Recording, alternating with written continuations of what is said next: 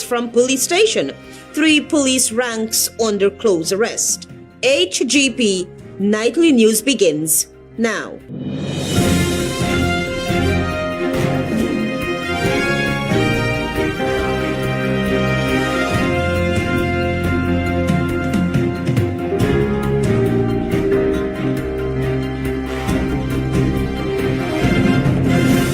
Good evening to our viewers here in Guyana and online. I'm Melissa Grant with the Tuesday, 18th March 2025 edition of the HGP Nightly News. This is what you need to know this evening. Day 4 of the election fraud trial continued with the key prosecution witness during cross-examination admitting to the court that, quote, I am a benefactor of the PPPC government, end of quote, after the 2020 general and regional elections. Find out more from Tiana Cole. Attorney Anderson grilled Rasool about the 4 state positions she secured after the change of administration on August 2, 2020. She admitted that prior to the transition, she did not hold 3 stipends and 1 salary under state offices, and also holds a service passport, positions and concessions she has since acquired. She indicated that she is paid a salary at the Ministry of Foreign Affairs and 3 stipends from various organizations that she is currently employed in, that she was not currently employed or at all employed prior to the change in administration. Rasool currently serves as the head of the Diaspora and Remigration Unit at the Ministry of Foreign Affairs and International Cooperation, chairman of the board of directors of the Transport and Harbors Department, director of the Kanawima Ferry Inc., and director of the Maritime Administration Department, all positions she obtained post-2020 elections. Outside the courtroom, Anderson told reporters that Rasool admitted in evidence that her largest benefactors after August 2, 2020 were the PPPC agents who were in the room with her. The line that you cannot run from in her testimony is the line when she said, I am a benefactor of the PPPC. During cross-examination on Monday, Rasool told the court that the statements of polls for Region 4, which are at the center of the electoral fraud charges, were left unattended and unsupervised for 4 hours. On Tuesday, she changed her statement, saying the SOPs were left unattended for 2 hours. She admitted that during this time, there were no AFC representatives in the room and there were no limitation on who could access the SOPs. But she said that there were 9 persons in that room for a period of 2 hours with the SOPs that are the subject of this dispute, doing whatever they wanted to do. Rasool proceeded to name several PPPC party agents, including members of the current administration, who were in the room with the unsupervised SOPs and had pens and papers in their possession. She's expected to return to the witness stand on March 20, when the trial resumes. 9 individuals are facing 19 conspiracy charges in connection with an alleged attempt to declare fraudulent results during the 2020 elections. They have all pleaded not guilty and maintained their innocence.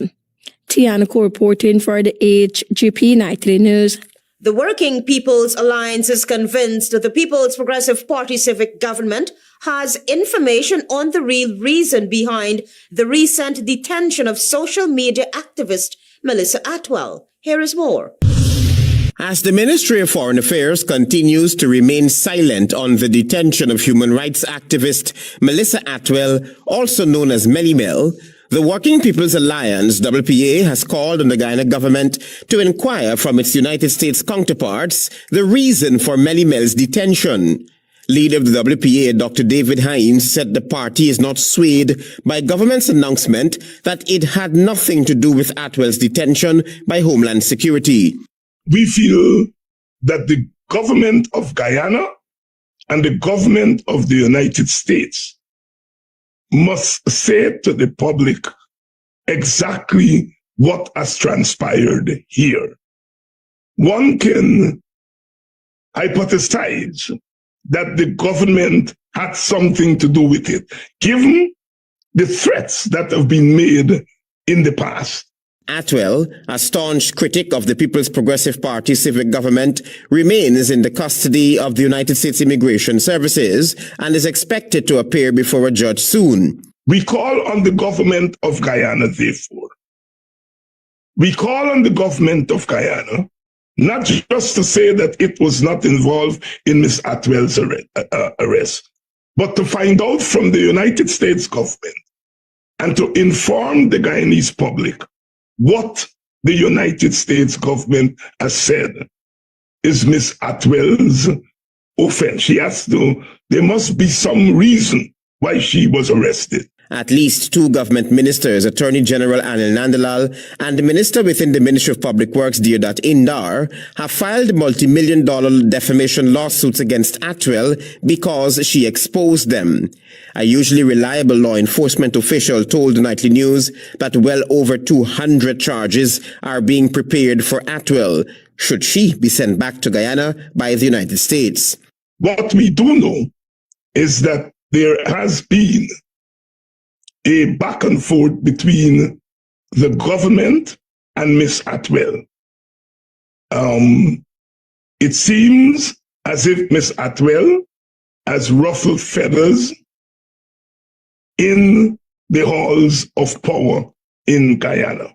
It remains unclear when Guyana's consular representatives in the United States were informed about the detention of Melly Mel and what consular representation was offered to her and when. Travis Chase, HGP Nightly News. Meanwhile, the party says it will be engaging the diaspora on the People's Progressive Party civics regime as general and regional elections approach. Dacia Richards has that story.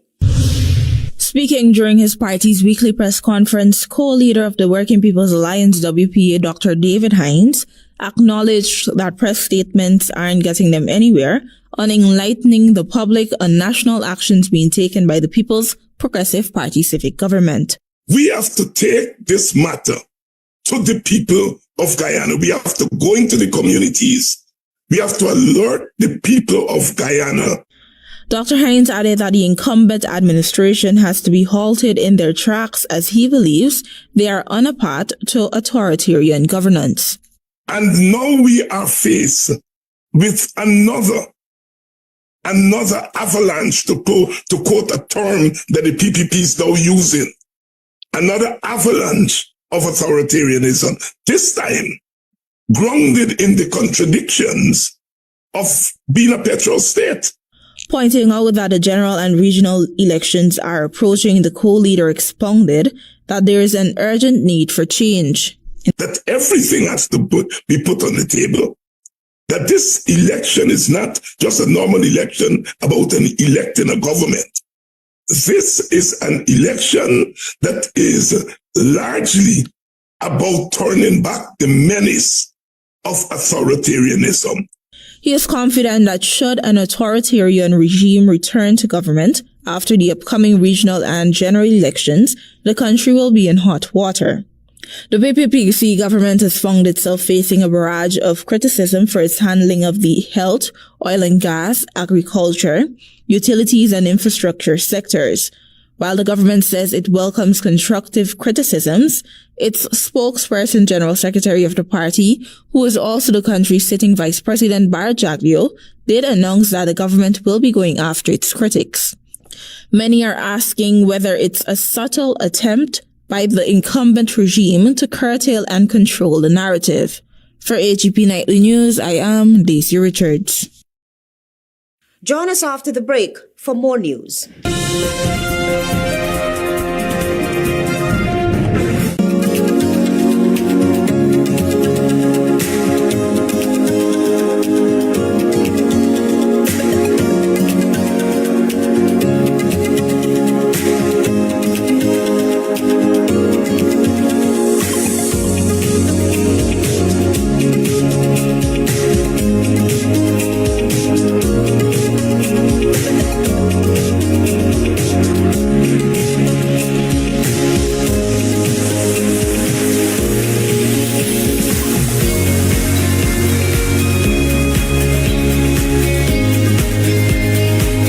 Welcome to SNL Electrical Inc., where lighting and electrical needs are met with expertise and style. From the latest in electrical lamps to durable cables, circuit breakers, panels, we have it all. Illuminate your space with our elegant chandeliers, stunning crystal lights, and versatile pole lights. Looking to upgrade your comfort? Explore top-of-the-line AC units and our diverse selections of stylish styles. Visit us at 170-180 Thomas Street, Kitty, Georgetown. Discover a solution that not only lights up your world but transforms it. Call us on telephone number 226-3018 or 223-1634. SNL Electrical Inc. powering your life with elegance, quality, and care. 70% ethyl alcohol, Mighty Foam Hand Sanitizer eliminates 99.99% of all germs and even moisturizes in the process, leaving your skin clean and hydrated. Mighty Foam Hand Sanitizer. How do you stay clean?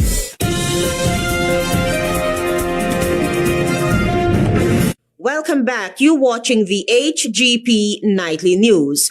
What does the One Guyana mean to us, as this slogan is unclear and can have multiple interpretations? That's the question being asked by prominent Guyanese. Antonia Day has more.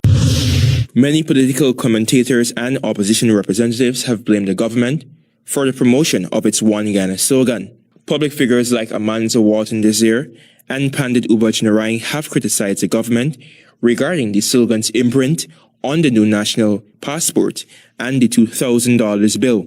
They have argued that the One Guyana touted is the People's Progressive Party Civic, PPPC, government slogan, which should have no place in any document pertaining to national identity or currency. Darren Best, founder of the Vigilant Political Action Committee VPAC, believes that Guyana's original motto of One People, One Nation, One Destiny is concise and represents the country's ongoing hope and possibility of achieving unity. The VPAC founder stated, and I quote, "What does One Guyana mean? What idea is the slogan intended to represent?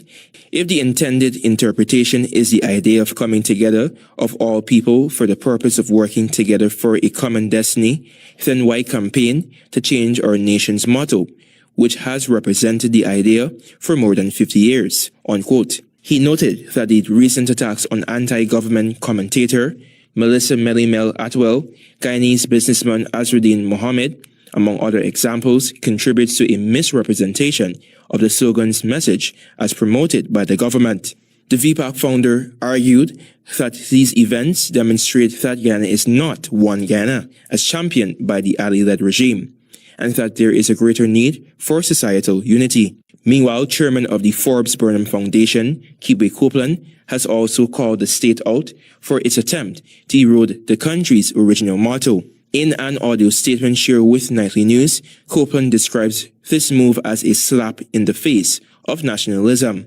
This recent use of the People's Progressive Party political slogan, One Guyana, in a new printed passport is very disturbing.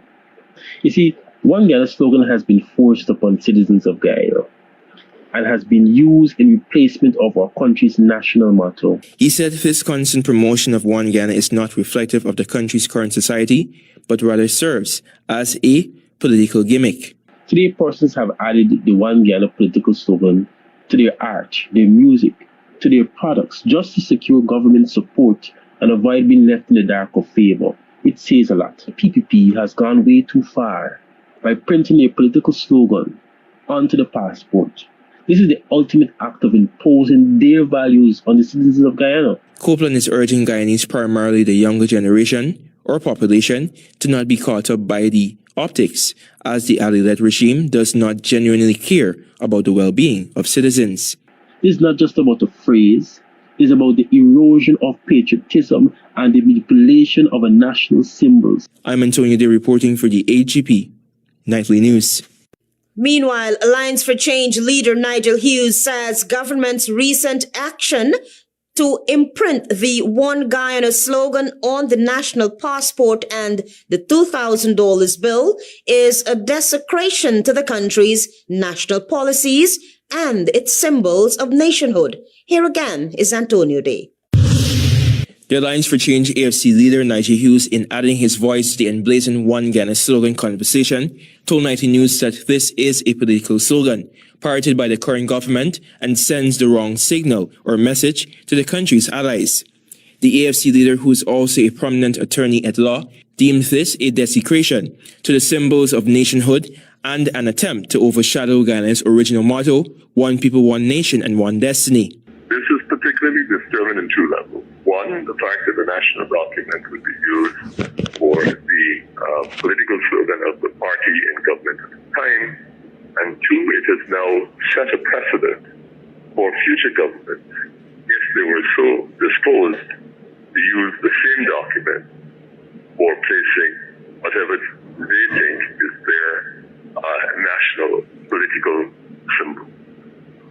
This is the most unfortunate development. Hughes noted that it has already been emblazoned on the national passport and currency and will present a negative outlook for Guyana to its international and regional counterparts. One Guyana is not in the national constitution. They are desecrating a national document by placing their party political slogan on it. Whether legal proceedings will issue or not, I'm not sure at the moment. But we certainly think that this is a bad precedent, and we hope that they will reconsider this. Hughes admonishes the government to be mindful of its actions, as there are or can be long-term repercussions. It sends a message internationally that we are really completely divided, and we are using our national documents or national symbols for partisan political purposes. The AFC leader is adamant that the slogan should have no place in any document pertaining to national identity. We really have fallen to new levels. If we're going to now use again the national currency for partisan political slogan, we really are we're in worse waters than I thought. I am Antonio Day reporting for the HGP Nightly News. It's a case of police investigating police. An investigation has been launched after drugs, which was lodged as evidence, vanished from a police station. Here's that story.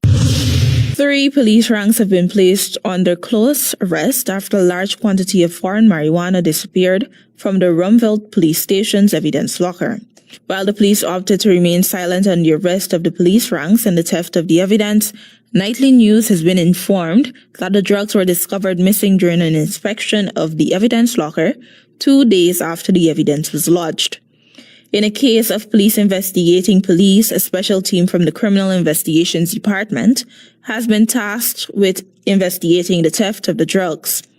So far, Nightly News has learned that a special team is reviewing CCTV footage. Our source could not immediately say what charges, if any, are being prepared for the ranks under close arrest. The large quantity of foreign marijuana was found in a barrel at the Leparcan Wharf on March 13, 2025. The barrel was sealed and shipped by Junior Skeet, based in Brooklyn, New York, USA, to Clive Thomas of Durban Street Lodge. During the search, 9 sealed transparent plastic bags marked with the words California Track Star were found. These bags, which were hidden among clothing and sneakers, contained the foreign marijuana. For HGP Nightly News, I am Daisy Richards. We'll be back after this break. Stay with us. Planning a cleanup? We can help. Sevon's Waste Management skip bins can be provided for home renovation projects, yard cleanup, or construction project. It's simple. Step 1, give us a call. Step 2, we put down the bin. Step 3, load it up with all of your junk. Step 4, we take it away. That's simple. Bins are also available in various sizes, so there is no job that is too big or too small. Call Sevon's Waste Management today at 218-1455.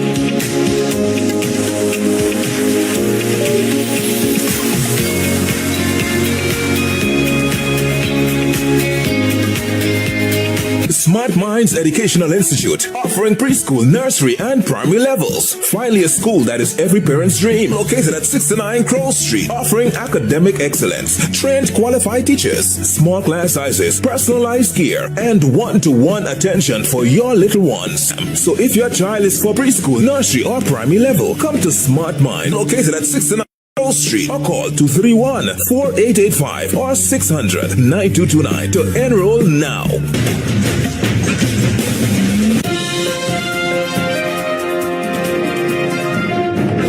You're watching the HGP Nightly News. Welcome back. The Ministry of Education has launched a map aimed at updating the public on progress being made by contractors contracting schools across the country. Daisy Richards has been following that story.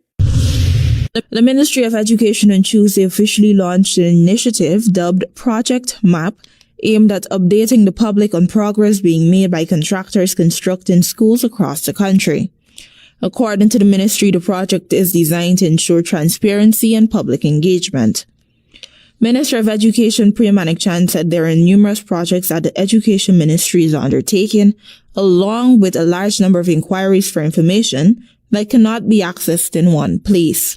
So while we have gone to tender for all of these projects, and they were in the newspapers and on the World Wide Web, and you could access it, it hasn't been in the same place. We haven't done that for you.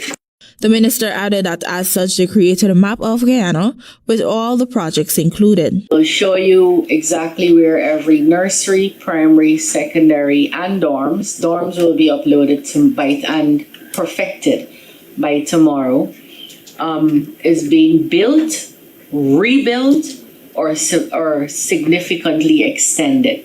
The ministry has approximately 66 schools under construction, 40 up for extension, and 7 for reconstruction across the country.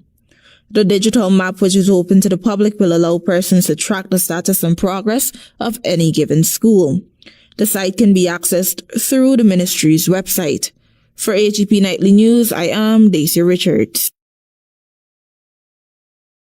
Guyana has strongly condemned the ongoing humanitarian crisis in Gaza, calling for an immediate, unconditional, and permanent ceasefire. Find out more from Tiana Cole. Speaking at the United Nations Security Council briefing on the Middle East, Guyana's permanent representative, Carlin Rodrigues-Burkett, expressed deep concerns over the escalating violence, blockade of aid, and devastating impact on Palestinian civilians, especially women and children. She urged Israel to lift its blockade, uphold international humanitarian law, and prioritize peace.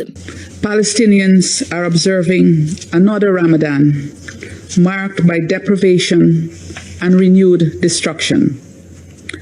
More than 400 of them were reportedly killed in the last 24 hours. Rodrigues-Burkett criticized the halting of humanitarian aid into Gaza since March 2, calling it illegal under international law. She noted that the humanitarian process achieved following the previous ceasefire agreement had been completely reversed, plunging Palestinians back into severe hardship. Palestinian women and girls who continue to bear the brunt of the decisions taken by those in power. Civilian women and girls have been reportedly targeted directly. Women have died from complications related to pregnancy and childbirth because of restrictions imposed and conditions created by the war. Guyana's representative highlighted the harrowing impact of war on Palestinian women and girls, citing reports of sexual violence, denial of reproductive health care, and lack of sanitary essentials. She condemned the systemic gender-based violence and warned that denying access to food, water, and health care has led to severe reproductive health consequences. As reported by UNICEF, without aid entering the Gaza Strip, roughly 1 million children are again living without the very basics they need to survive. Guyana has reaffirmed its commitment to peace, calling for a lasting, just, and comprehensive resolution based on the two-state solution.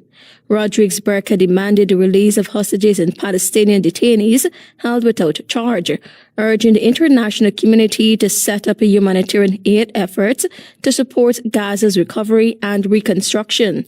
Rodriguez-Burkett called on the international community to act decisively in addressing the humanitarian catastrophe unfolding in Gaza and ensuring a future of peace and dignity for both Palestinians and Israelis. She concluded by urging Israel and Hamas to prioritize civilians' lives and return to ceasefire negotiations. Tianako reporting for the HGP Nightly News. Stay tuned for regional news. Ready to up your game? Ready to up your game? Win big with over 60 epic prizes. A brand new PS5, Nintendo Switch, iPhone 16 Pro Max, Apple smartwatch, and the hottest earbuds from Apple and Samsung. Plus, we are giving away thousands in phone credit and a whole year supply of Buster or Turbo Energy drink. Here's how. Buy any Buster or Turbo Energy drink. Find the code starting with BB and enter online or on WhatsApp. Visit us on Facebook or Instagram at Turbo_Caribbean or Buster Guyana for all the details. Don't just play. Up your game with Buster and Turbo Energy. Interested in honoring or paying tribute to a loved one, or just making a loved one feel special? HGP TV offers you all that and more. Air your birthday greetings, death announcements, and wedding anniversaries on HGP TV today. HGP TV offers affordable prices, convenience, and great services. Call us on 220-3660 or email us at sales@hgptv.com.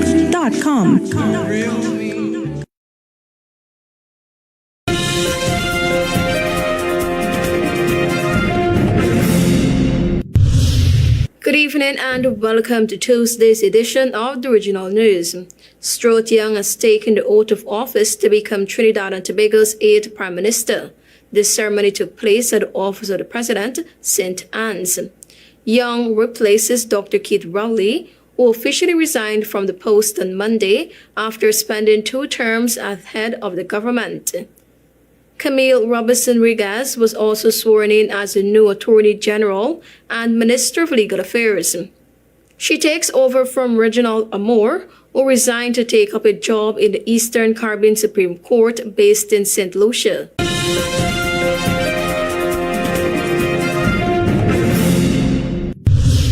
The Royal Grenada Police Force, RGPF, has launched an investigation into a series of threatening videos circulating on social media, targeting law enforcement officers and public officials. In a press release issued on Tuesday, the RGPF expressed concern over what they described as, quote-unquote, an increasing number of videos being circulated on social media containing threats directed at law enforcement officers and other public officials. The police statement emphasized that those found responsible for creating or sharing threatening content will face serious consequences. Authorities also appeal to the general public to avoid participating in activities that could potentially escalate tensions or create public disturbances.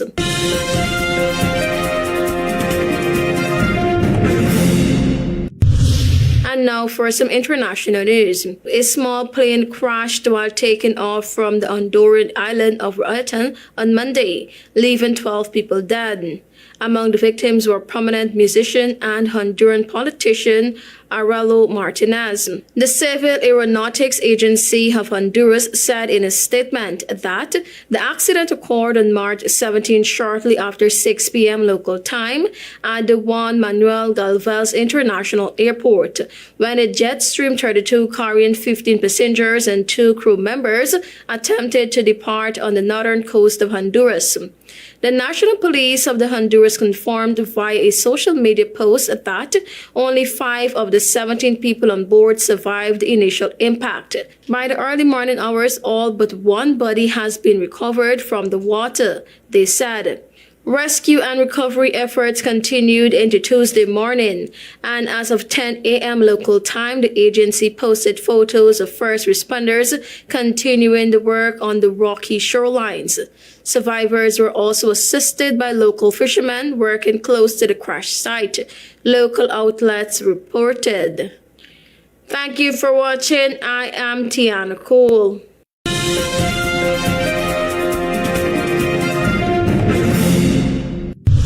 Election fraud trial update. Key prosecution witness admits she's a benefactor of the PPPC government. Government must say why Melly Mel is being detained. WPA. One Guyana slogan, an attempt to erode patriotism. Public figures. And foreign marijuana confiscated in a barrel vanishes from police station. 3 police ranks under close arrest. Those are our major headlines. For these stories and more, please go to our website. It's www.hgptv.com. I'm Aletha Grant. Thanks for watching.